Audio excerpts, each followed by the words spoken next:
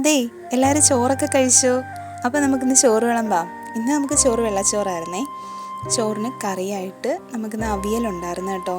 അവിയൽ കാര്യം പറഞ്ഞു കഴിഞ്ഞാൽ കറണ്ട് ഇല്ലായിരുന്നു. കറണ്ട് ഇനി വൈകിട്ടേ വരത്തുള്ളൂ. അതുകൊണ്ട് അവിയലിന് അരപ്പ് ഞാൻ കൈവച്ച് ഞെവിടിയായിട്ടത്. അതായത് തേങ്ങയ്ക്കകത്ത് മഞ്ഞൾപ്പൊടിയും ജീരകപ്പൊടിയും ഒരു വെളുത്തുള്ളി ചതച്ചും കൂടി ഇട്ടിട്ട് നല്ലതുപോലെ അങ്ങ് ഞെവിടും കൈവച്ച്. എന്നിട്ട് അതാണ് അരപ്പായിട്ട് ഇട്ടത്.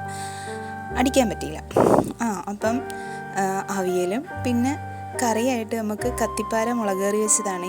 ഇവിടെ ഇതിന് കത്തിപ്പാര എന്നാണ് പറയുന്നത്. എൻ്റെ സ്ഥലത്തൊക്കെയാണെങ്കിൽ പറയും സീഡിക്കാരൽ എന്ന് പറയും കേട്ടോ. പിന്നെ ചിലർ പറയും പരന്ന കാരൽ എന്നൊക്കെ പറയും. അപ്പോൾ ഓരോ ഏരിയയിലും ഓരോ പേരൊക്കെ ആയിരിക്കും.